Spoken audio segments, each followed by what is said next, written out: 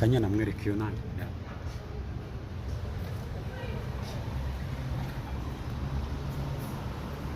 urabona ko giripe umereye nabi akira nani neza yegera ukurure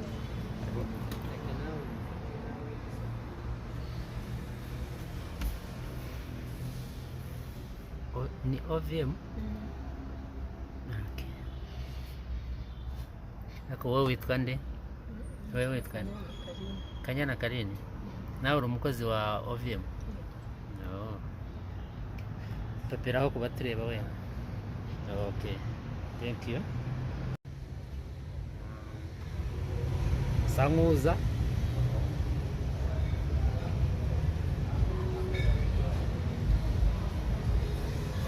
Komeza uze gutya ugende.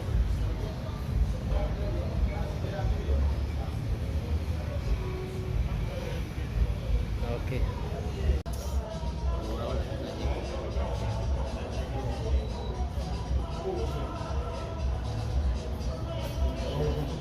Uyu mugozi wanza kuwuhambura nturi bubatege.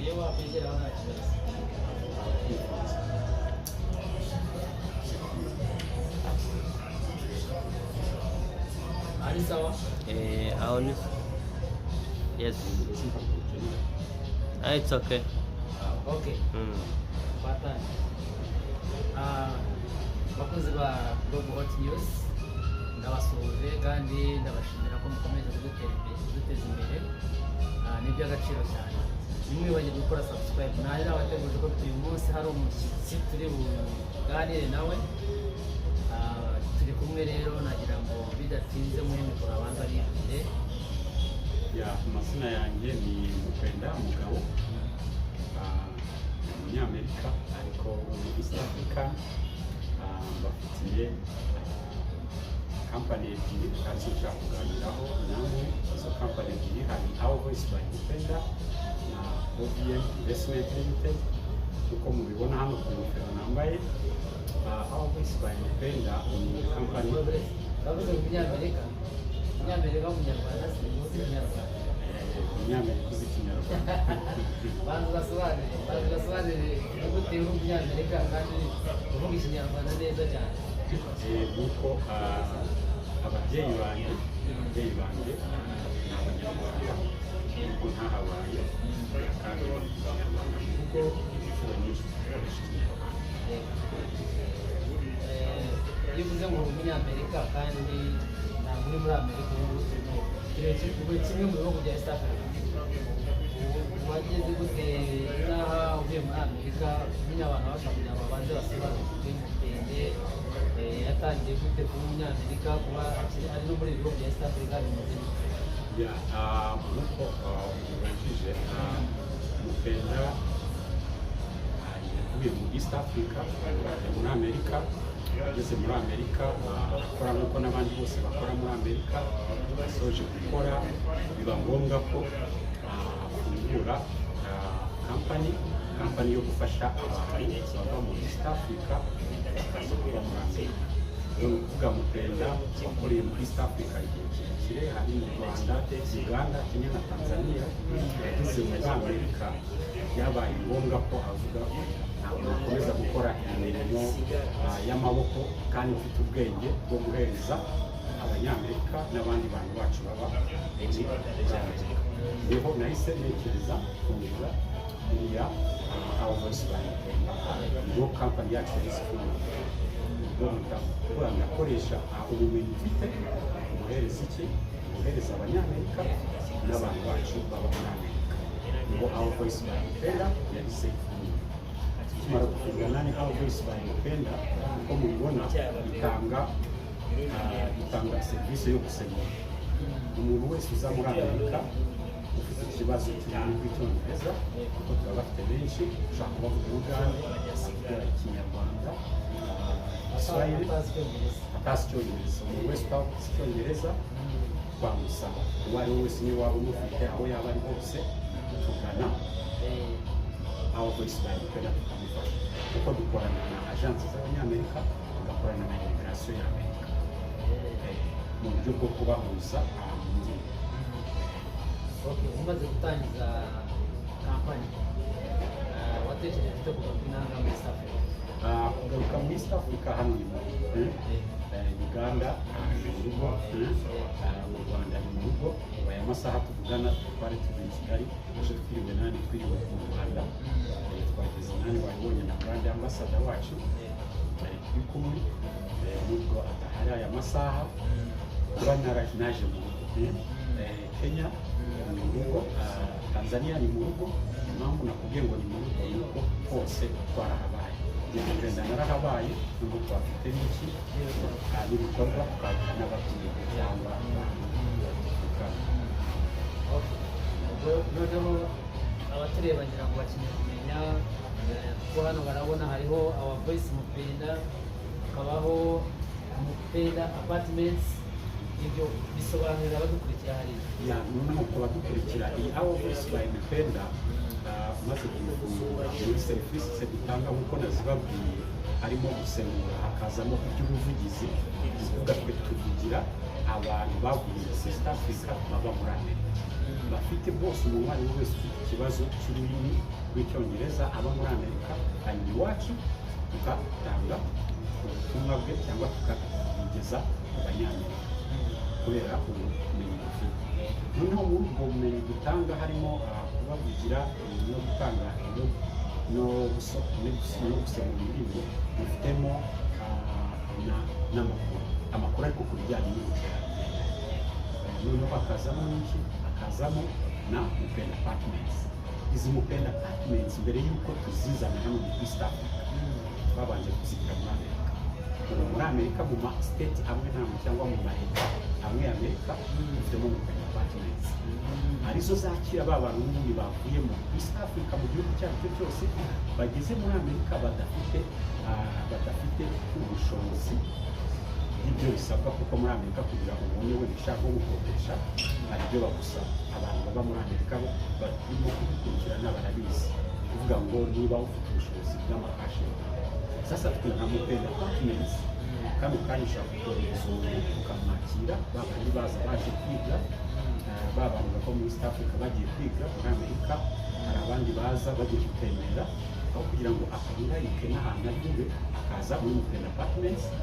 Muri za leta dufitemo amapartema tukamuha amacumbi bitamusabye byari abandi basaba muri Amerika.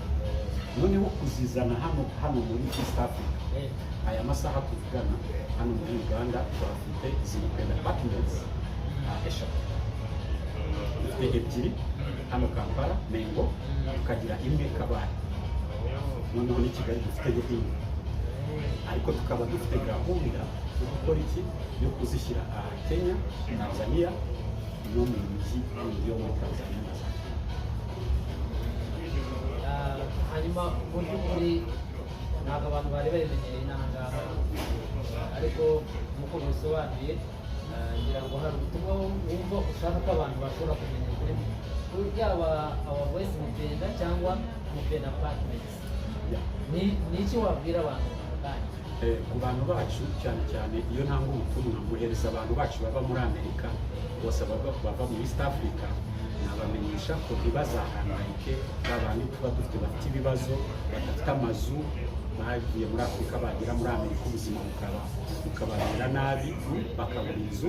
Buri gihe baduhamagara kuri nimero cyangwa bakagenda ni ku online cyangwa kuri website bakagushyiramo izina Our Voice by Mupenda, bizaborohera kubona nimero zacu bakaduhamagara tukabafasha kuba bashaka kubona iki, kubona amacumbi. Noneho ntabwo ari byo gusa, ubundi butumwa bashobora kutabona amacumbi bakabona bafite abantu babo bari hano muri East Africa bashaka ko babasanga hano. Ibyo nabyo turabikora tukabafasha kubatumiza n'abari muri Amerika.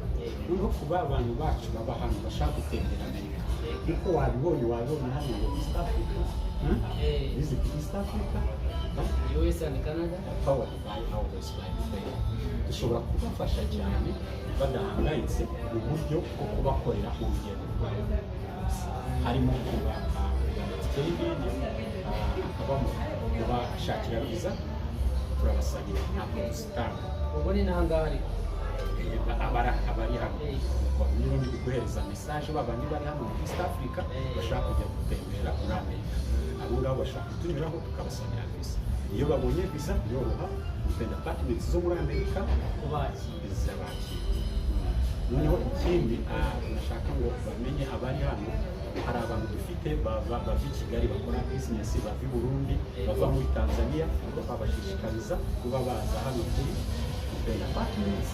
Ziri Zirinengo ni Kabare, bakaza bakagira ziba zirimo buri kintu cyose, mukabacumbikira mbese tukabacumbikira. Izindi serivisi mutanga wenda habamo amaresitora, habamo wabwira na serivisi wenda ibyiza bihari mu wireless, ibyiza biri muri Mupenda Apartments harimo navuga ibitanda byiza ushaka kuza kubibona kuko harimo aho twaraye natwe nk'abantu bari basuye, harimo ibitanda byiza. No ikindi kirushaho nk'uko bivuze ni wifi, ahandi abantu baza bakaba bafite gahunda yabo yo kwisanzura, bagateka, bakaba banakora iki bajya mu kazi kabo bakoresheje na wifi. Dufite gahunda yo gushyiraho bare na resitora, ariko ntabwo turabifungura kuko abantu iyo bavuye muri Kigali wenda n'urugero cyangwa i Burundi cyangwa mu bindi bihugu, kugira ngo abone akomeza akoreshe telefone ye biramusaba ko agira wifi. Niyo mpamvu nari kuba wifi ikarabafasha kugira ngo akomeze avugane n'abantu. So iyo muri ifite aho ni sawa. Dufite wifi nziza cyane, biranoroshye, nawe ufashe umwanya wagenda ukabisura ukareba. Nanjye ubwanjye niyo nakoreshaga kuko nakubwiye ni umunyamerika wo muri East Africa. So nk'umunyamerika wo muri East Africa wabonye ko ntagira nimero ya hano, icyo nkoresha ni wifi. Nuko nsanze hano kuri hotel tubamo, nabyari binashaka gushishikariza abantu bacu twe abo Voice by Mupenda turi member wa Marriott Hotels ku isi hose. Marriott Hotels, yes, izi zose harimo izi za Four Points, harimo za Sheraton, harimo za Skies, harimo so bishobora kubafasha ba bantu bakeneye muri gutembera kuba batugeraho tukabakorera reservation muri Marriott Hotels aho bagana ibisoza. Kuno ubutumwa bwiza cyane kuko ubu nihomba banaza hano muri Marriott. Okay, ni ukuvuga ngo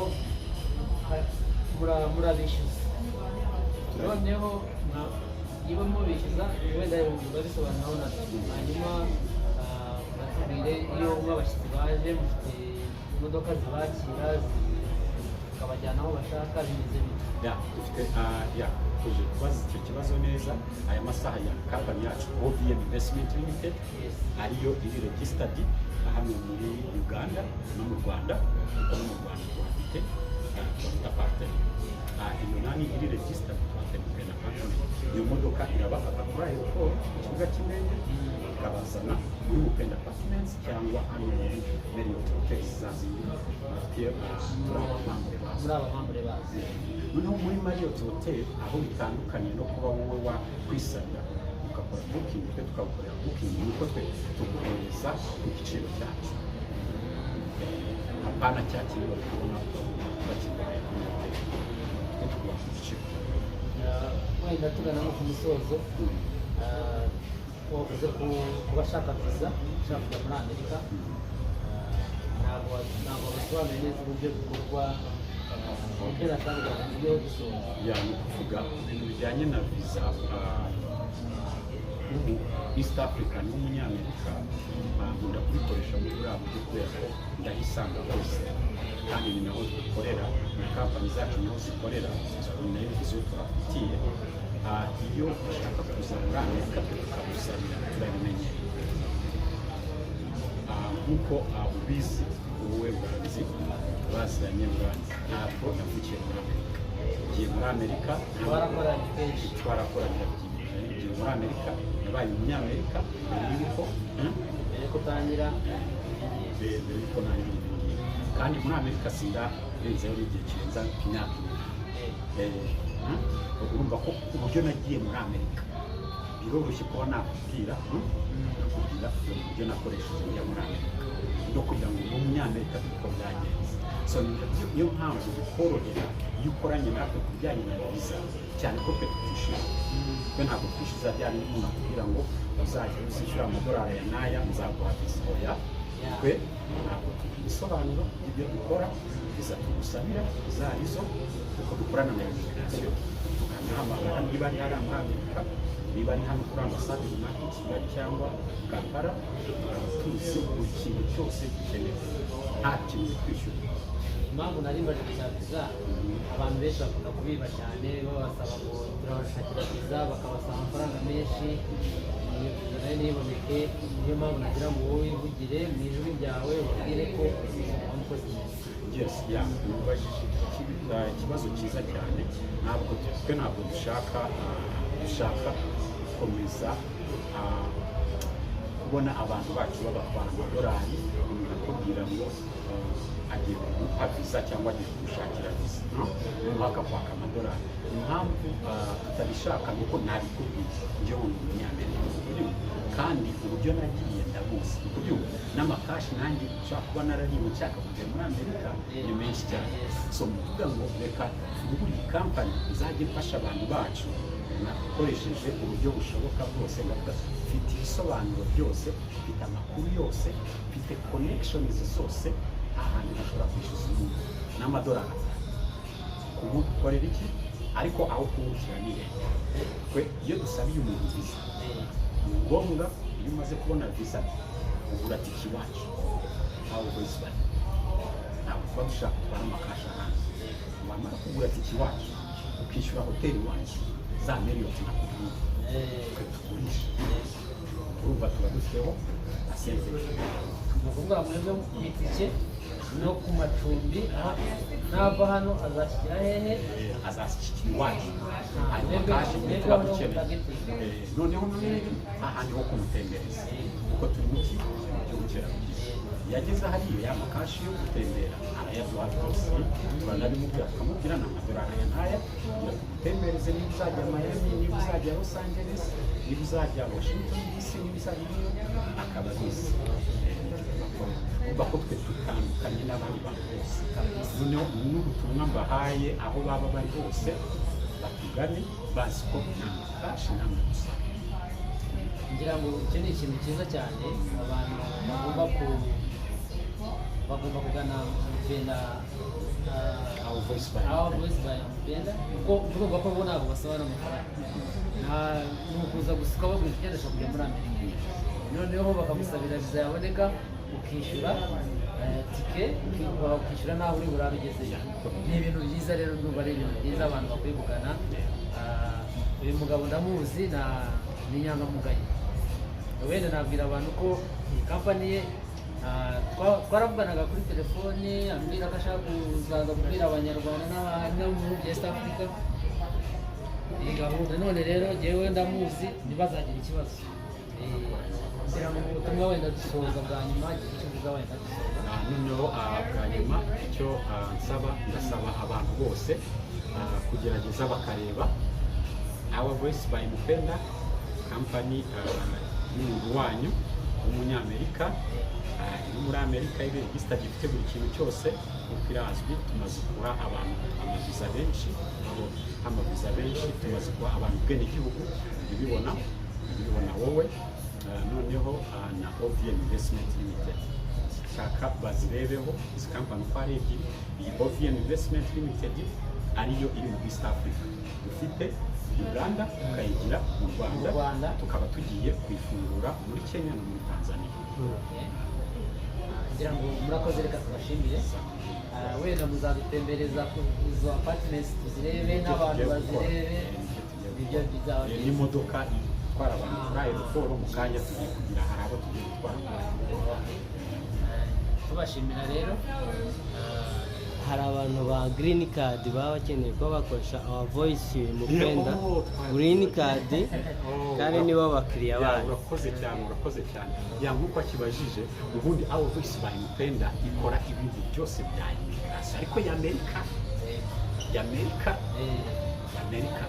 Noneho b'abanyamerika bashaka kuza gusura East Africa, icyo tubakorera ni tubasabira amavisa. Hari abantu benshi dusabira amaviza ya hano b'abanyamerika. Noneho kuri ikibazo babaje cya green card harimo ubwenegihugu, green card ibyo bigira abira abantu application. Dufite abakiriya benshi cyane ujya ubibona na posting. Noneho hakazamo ibyo bita work authorization, uvuga rwa ruhushya rukwemerera gukora. Hari abantu baza wagira ngo waba wibiriye hano waje gusura, wagira hari ukambwira ukwenda ndumva atari ngombwa ko nsubira nane hano hari imikorere. Birashoboka ko ushobora kumfasha kubona iki uruhushya rwo gukorera muri iki gihugu. Ibyo nabyo turabikora, tumaze kubikorera abantu benshi. Noneho hari n'abantu bakeneye akazi, kubera ko hari uri mushya urumva ukeneye akazi, ntabwo uzi igihugu ukuntu giteye. Noneho twe aho kwisibaye MPN icyo dukora ni iki? Tugusabira akazi na scholarship. Tugusabira akazi Scholarship. Scholarship. Scholarship tujya dufasha abantu, ariko kubera ko nta nyungu tubigiramo, nanga kubivugaho cyane, kubera ko babantu ubu bakubwira ngo ndi bugufashe, ariko kubera ko nta nyungu tuba tubifitemo, nanze kubijyamo cyane. Mbona abantu benshi akazi kakatubana kenshi tukabura ko twajya, kubera ko tuba tudashaka kwishyuza abantu.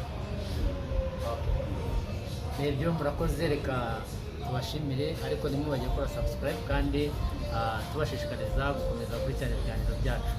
Penda Apartments muzigane, abava i Kigali, abava i Burundi, abava hehe muri Uganda, abasobanurire ko nta kibazo rwose. Imodoka zirabafata ku kibuga cy'indege, zikabatembereza aho mushaka, mukaryama neza, byose yabibabwira. Rero tubasezere, murakoze cyane, bye bye.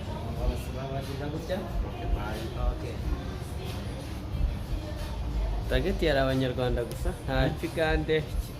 Target yari abanyarwanda gusa. Yari abanyarwanda. Impamvu yari abanyarwanda, wazakora version y'abagande gusa kubera nani